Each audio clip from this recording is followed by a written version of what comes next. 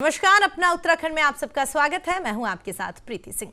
उत्तराखंड के जोशीमठ में आई त्रासदी के 6वें दिन भी राहत बचाव कार्य लगातार चल रहा है। वहीं पर त्रिवेंद्र सरकार लगातार मॉनिटरिंग भी कर रही है। बीजेपी प्रदेश अध्यक्ष बंशीधर भगत ने न्यूज इंडिया से बातचीत करते हुए कहा है कि दैवीय आपदा आना दुर्भाग्यपूर्ण तो है, लेकिन प्रदेश सरकार ने तत्परता से इस पर काम किया है। साथ ही उन्होंने कहा है कि मैं वहां खुद गया और स्थिति का जायजा भी लिया। साथ ही उन्होंने कहा कि सरकार और भाजपा संगठन आपदा प्रभावितों की मदद के लिए हमेशा उनके साथ खड़ी है। वहीं पर न्यूज इंडिया के रेजिडेंट एडिटर गौरव गुप्ता ने बीजेपी प्रदेश अध्यक्ष बंशीधर भगत से एक्सक्लूसिव इंटरव्यू में खास बातचीत की। इंटरव्यू विद गौरव गुप्ता में आज हमारे साथ हैं खास शख्सियत भाजपा के प्रदेश अध्यक्ष बंशीधर भगत जी। सीधे बात करते हैं बंशीधर भगत जी से। बंशीधर भगत जी, रविवार वो काला रविवार साबित हुआ जो केदारनाथ की आपदा को याद दिला गया। जल प्रलय 2 देवभूमि में फिर देखने को मिली। हालांकि ये आपदा हिमस्खलन होने के कारण, एवलांच बनने के कारण हुई। लगातार रेस्क्यू की टीमें वहां पर काम कर रही हैं, मगर पहली बार दिखा कि राजनीति से ऊपर उठकर भाजपा हो या कांग्रेस या दूसरे राजनीतिक दल, मुख्यमंत्री या आप, सब वहां पहुंचे, जुटे, लोगों का सहयोग किया, लोगों को भरोसा दिलाया। जिंदगी की आखिरी उम्मीद की आस अभी भी जारी है। किस तरीके से कहते हैं आप कि क्या देखा आपने वहां जाकर चमोली में और क्या कुछ हो रहा है? एक दैविक आपदा जो आई चमोली में वास्तव में दुर्भाग्यपूर्ण है, लेकिन उसी के साथ ही सरकार ने भी तत्परता से काम किया है। 200 के करीब जनहानि हुई है और 2 विद्युत परियोजनाएं हमारी लगभग खत्म हो गई। 4 पुल बह गए हैं, जिनमें 3 झूला पुल हैं, एक बड़ा पुल था जो बहुत ही महत्वपूर्ण था। घटना के 15-20 मिनट में ही घटना का संज्ञान लिया गया। ये सरकार की संवेदनशीलता है।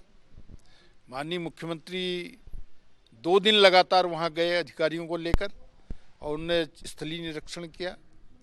मैं भी वहां गया, रात्रि विश्राम भी मैंने वहां किया और काफ़ी जानकारियां वहां जुटाई। अभी जब तक सब साफ नहीं हो जाता, क्लियर पोजीशन कहना ठीक नहीं होगा कि कितने मृतक हैं। अब जो आशंका व्यक्त की जा रही है 200 की भी की जा रही है और 36 बॉडियां मिल चुकी हैं। बाकी कुछ बह गई या कुछ गुफाओं के अंदर हैं, इसका एक अंदाज़ा अभी ठीक से नहीं है, लेकिन सभी फोर्स पूरा लगा हुआ है। केंद्रीय सहायता भी हमको मिल रही है। हम केंद्र सरकार के भी बहुत आभारी हैं कि मिनटों में हमारे राष्ट्रीय अध्यक्ष जी ने, हमारे प्रधानमंत्री जी ने, हमारे गृह मंत्री जी ने लगातार संपर्क किया और हमको आदेशित किया, निर्देशित किया कि तत्काल वहाँ पर नज़र रखें। और मुझे भी फ़ोन पे बताया, तो मैं स्वयं 2 दिन वहाँ गया और सब चीज़ों को देख कर आया हूँ। हालात बाकी तो सब सामान्य है, लेकिन जो लोग गुफाओं में फंस गए हैं या बह गए हैं, उनकी तलाश जारी है। अध्यक्ष जी, एक सवाल बार बार उठ खड़ा हो रहा है मौजूदा समय में, चाहे वो भूवैज्ञानिक हों या दूसरे लोग, एक चीज़ ये कहने लगे हैं कि कहीं ना कहीं विकास के नाम पर ये आपदाओं को निमंत्रण दिया जा रहा है। हमारे 4 लेन प्रोजेक्ट चल रहे हैं। अगर इन पावर प्रोजेक्टों की बात करें तो लगातार 37 सालों से ये अंदेशा आ रहा था कि ग्लेशियर पिघल रहे हैं, ग्लेशियर कभी भी कोई जल प्रलय का रूप ले सकते हैं। क्या ऐसे में, क्योंकि अब बहस और चर्चा बहुत नेशनल और इंटरनेशनल स्तर पर हो चली है, कई देश आपके उत्तराखंड की आपदा को लेकर रिसर्च कर रहे हैं, मौजूदा समय में आप किस ओर देख रहे हैं कि हमें कैसे कर आगे बढ़ना होगा? केंद्र सरकार, राज्य सरकार के कई सारे प्रोजेक्ट पहाड़ों पर चल रहे हैं। ऐसे में इन आपदाओं को क्या आपको लगता है हम निमंत्रण देकर बुला रहे हैं या सच में दैवीय आपदाएं हैं? ऐसा नहीं है।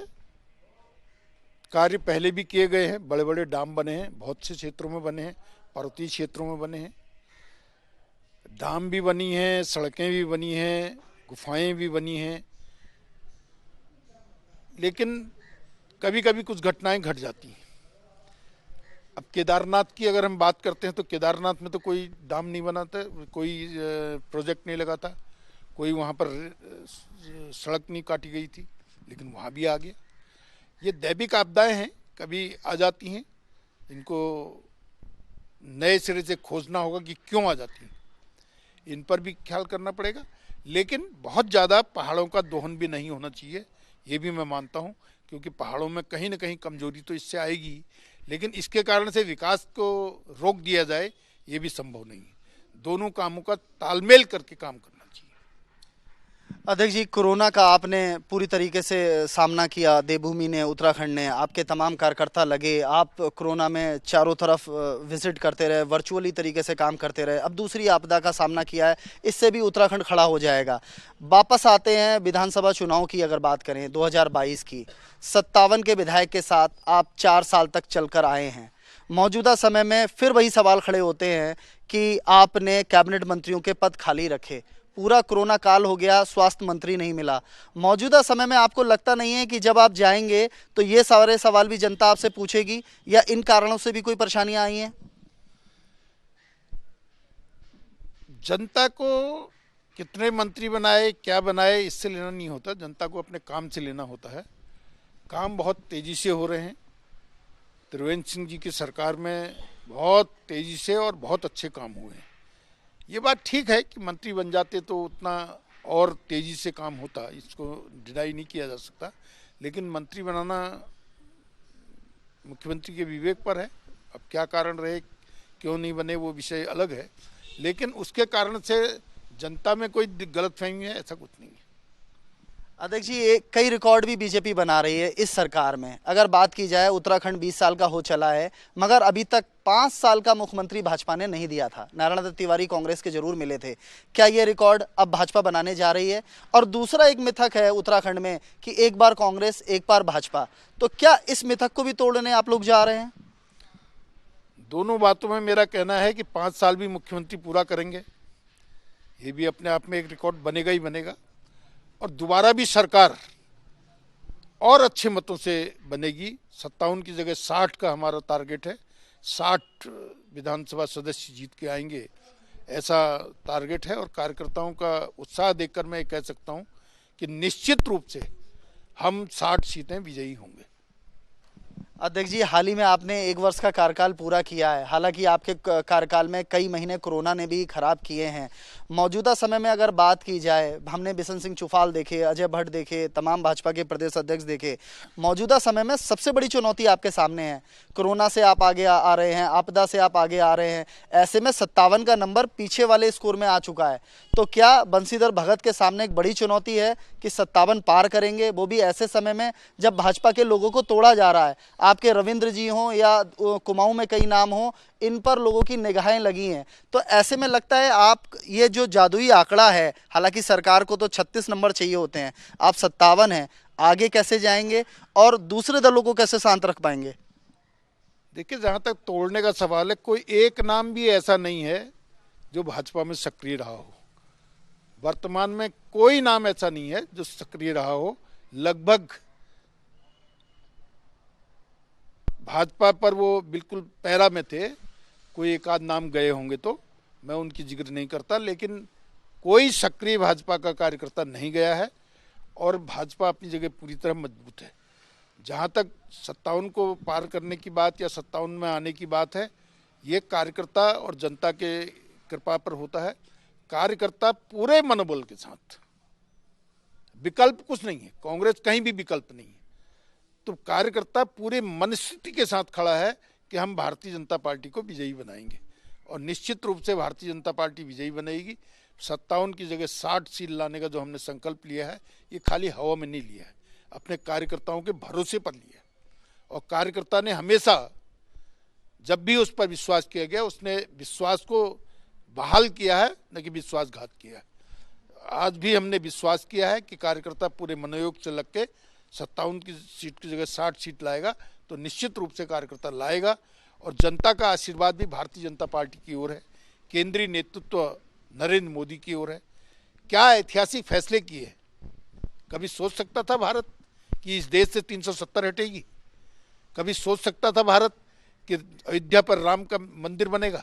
कभी सोच सकता था भारत कि 3 तलाक की बात होगी?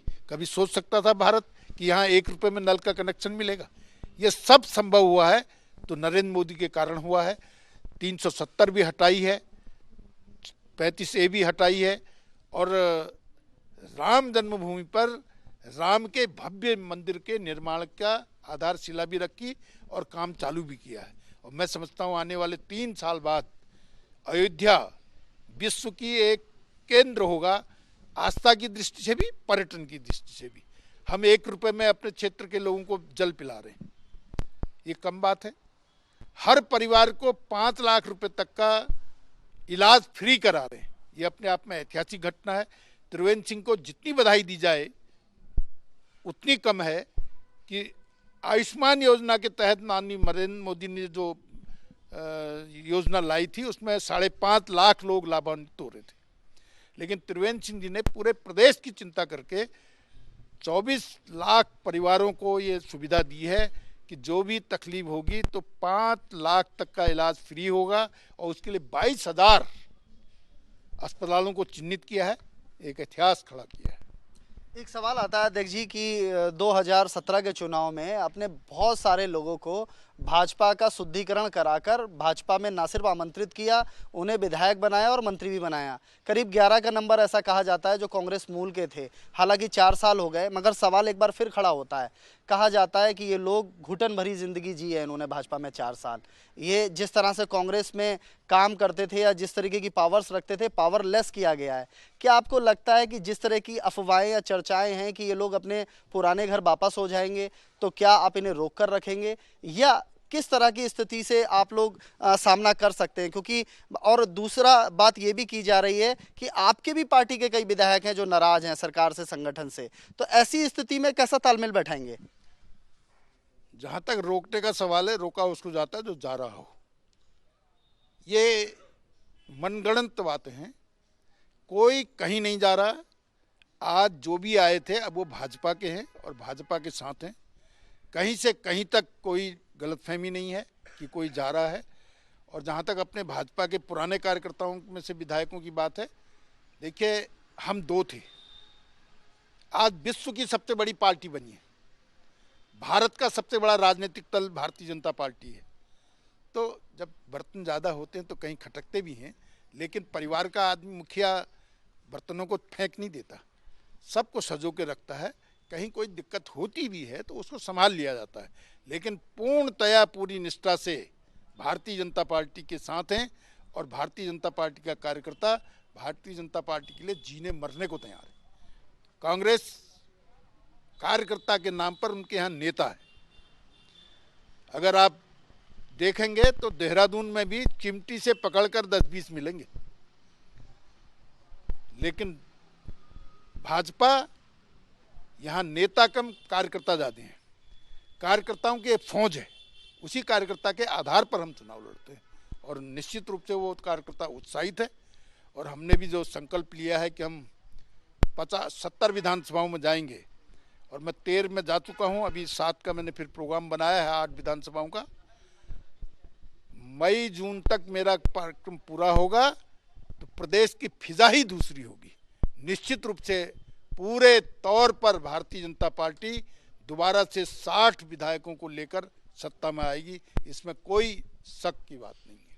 1-2 सवाल कांग्रेस और आम आदमी पार्टी के भी कर लेते हैं। अध्यक्ष जी, मौजूदा समय में स्थितियां बदली दिखाई दे रही हैं। हरीश रावत अगर कहा जाए, सबसे पहले उन्होंने कहा कि अपने आला कमान को उन्होंने सुझाव दिया कि हम इस बार चुनाव में चेहरा लेकर जाएं, किसी का भी हो चेहरा साफ होना चाहिए। हालांकि उन्हीं के दल के लोग उनके पीछे लग गए। फिर हरीश रावत का बयान आया, मैं चुनाव नहीं लड़ूंगा। आज ही की घटना है कि हरीश रावत सीएम आवास गए हैं, हालांकि आपदा के मामलों में गए होंगे, कई और सुझाव को लेकर गए होंगे। लगता नहीं कि हरीश रावत कोई ऐसी संरचना बना रहे हैं जिसमें भाजपा के किले में छेद किया जा सके? बहरहाल हरीश रावत सीएम साहब से मिलने इसलिए नहीं जा रहे हैं कि वो यहाँ आ रहे हैं, लेकिन जा रहे हैं। ये उनका हमेशा का ढंग है कि कैसे हम समाचार में छाएं। वो आजकल एक और समाचार देंगे कि मैंने आपदा के लिए ये सुझाव दिए हैं। ये सुझाव दिए हैं, अच्छी बात है, लेकिन जहाँ तक भारतीय जनता पार्टी के सवाल है, वो निश्चित रूप से अपनी जगह पर मजबूती के साथ है। ये दल जो जिनके लिए आप कह रहे हो कि ये आ रहे हैं तो मुसीबत न बने या ये कहीं रोड़े न अटकाएं। कांग्रेस के जहाँ तक सवाल है, कांग्रेस तो पहले अपना परिवार संभाल ले। अभी थोड़े दिनों बाद ही मैं दिखाऊंगा कि कांग्रेस के लोग कितने मेरे पास आते हैं। कांग्रेस अपना परिवार संभाल ले, दूसरों की चिंता न करे। आज कांग्रेस अपने लिए धरती तलाश कर रही है। किसान आंदोलन क्या है? केवल कांग्रेस का एक फर्जी आंदोलन है। कुछ राष्ट्र विरोधी तत्वों को साथ लेकर के कांग्रेस उसमें कूदी है और कांग्रेस चाहती है कि मोदी कमजोर हो ताकि देश कमजोर हो और हम फिर से सत्ता में आए। लेकिन ऐसा जनता मानने को तैयार नहीं है। नरेंद्र मोदी को जनता ने मान लिया है। जो मोदी ने कहा वो किया है और जैसा वो सोचते हैं वो देश के हित में सोचते हैं और उसको कांग्रेस काट नहीं सकती है क्योंकि नरेंद्र मोदी जनता के दिल में जगह बना चुके हैं।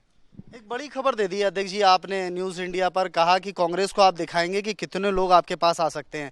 11 को आप जाने नहीं देना चाहते हैं, तो क्या इस खबर में दम है? इंदिरा हृदय जी 2 टिकटों के साथ भाजपा में आ जाएंगी?